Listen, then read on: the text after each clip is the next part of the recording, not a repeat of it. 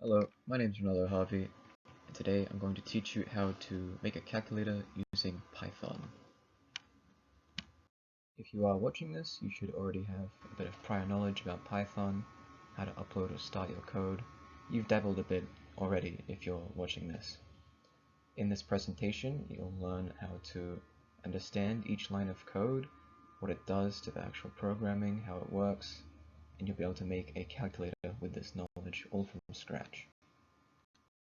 In order to teach you how to use Python, I first have to tell you how the terms work, what the terms do, therefore you can understand the code when you read it and when you make it. So first we have def, the red text. Def is short for define, and the way we're using it here is to define the functions. I'll also explain what functions are. They are just pieces of code that we create, and the names themselves, you can see add, subtract, multiply, and divide. Those are also the function names.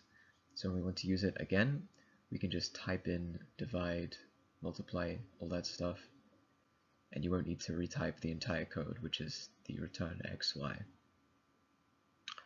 The blue parentheses, those are borders. Whatever is inside the parentheses will be the only acceptable terms that the code can use to activate the function. So you can see multiply, for example, in between the parentheses is x and y. Only x and y will be able to be accepted to use multiply as the function. The x and y themselves, these are just placeholder letters. They'll be used to swap in numbers later because we're using a calculator, or we're making one. The return term, also red text, you'll use this when you need to return a statement to specify a value. This will just work itself with the code, and the function should not output or return. If the return statement is not present, the function returns none by default. Next, we have to create the options for the calculator. The first command we need for that is print. Now print does exactly what it sounds like. It will print the words that are next to the code, and we'll use that to make the options. Now once the options will show in the terminal, you'll need to be able to respond to it. That's what the input function is for. You will first see the choice prompt that you'll print on the screen, and input will wait until you respond to the code. So you'll have to put in your response and then wait for the code to respond to you again. Now we have to use the functions that we have made. This is the final part of our code. Our next unique code is float. So float is just a code that allows you to use decimal numbers. Because we're making a calculator, we want it to be as accurate as possible. That's why we need float. Next we have the if statement. If is just a conditional statement. So when we use if, it will give us options or choices. These will only activate if we respond with add, subtract, multiply, or divide. So they're all options that are available, but they will only activate if the function is used. Next we have the green brackets. These are meant to activate dictionaries, and dictionaries will store data that the user inputs. So when you put in your calculator data, the code will store it inside and use it to respond to you later.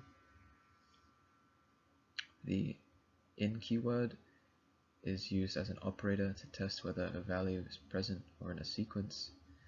Examples of these are strings, lists, tuples, or a set, and it will respond to you with a Boolean value, and that is just true or false. The last part is fstrings, and this is just a format that contains expressions or variables.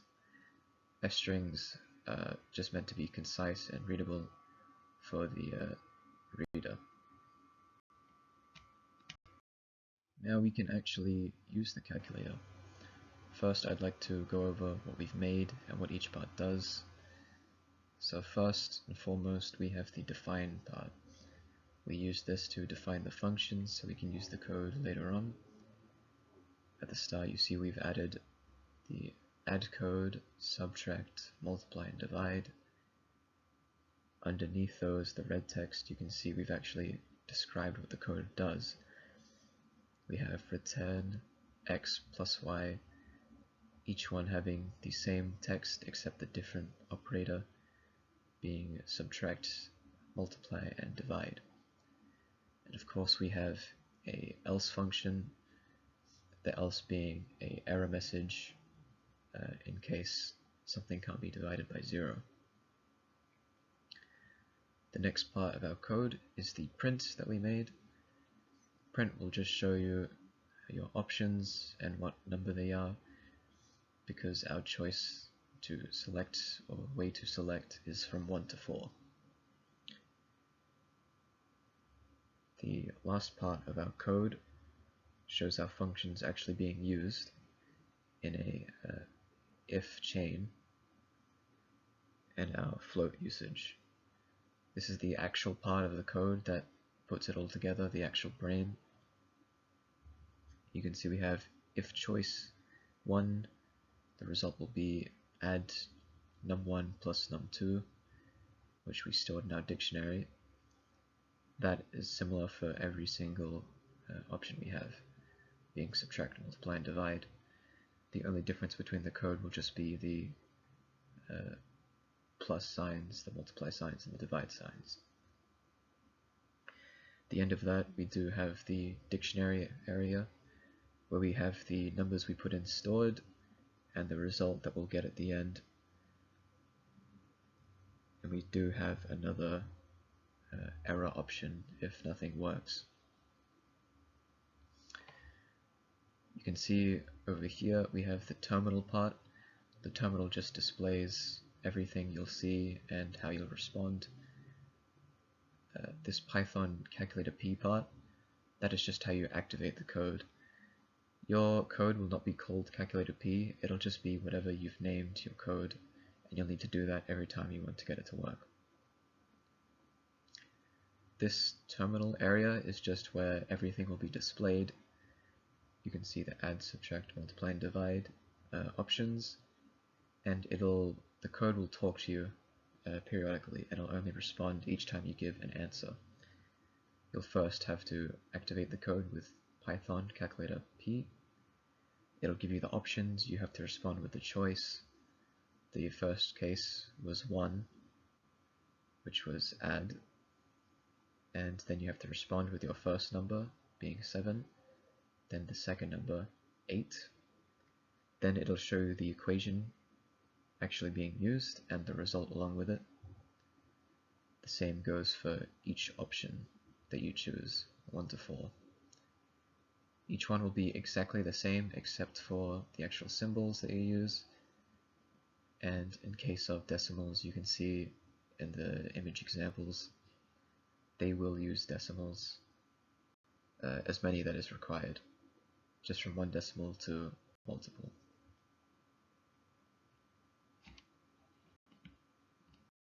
Now that you have made the calculator, it's time for you to move on. If you want to learn more and continue your Python work, I recommend using the course for Python called Harvard X CS50. This is a introduction to programming with Python. They are basically lectures held by a man called David Malin. He has pre-recorded videos all there for you. It's self-paced, you can do it by yourself. You can follow along if you want to in the live lectures. You can do this from home if you need to, or go to the actual place, which is Harvard. This will go over 9 weeks for the total duration, and you only really need to do 3 to 9 hours of work per week, depending on the intensity or the time you have. It depends based on the length of the lectures, which usually average 2 hours each time. And you can spend however long you need to learn each lesson. That pretty much sums up the steps for learning how to make a calculator. My name is Ronaldo Harvey. I hope you have learnt everything you want to with how to make a calculator.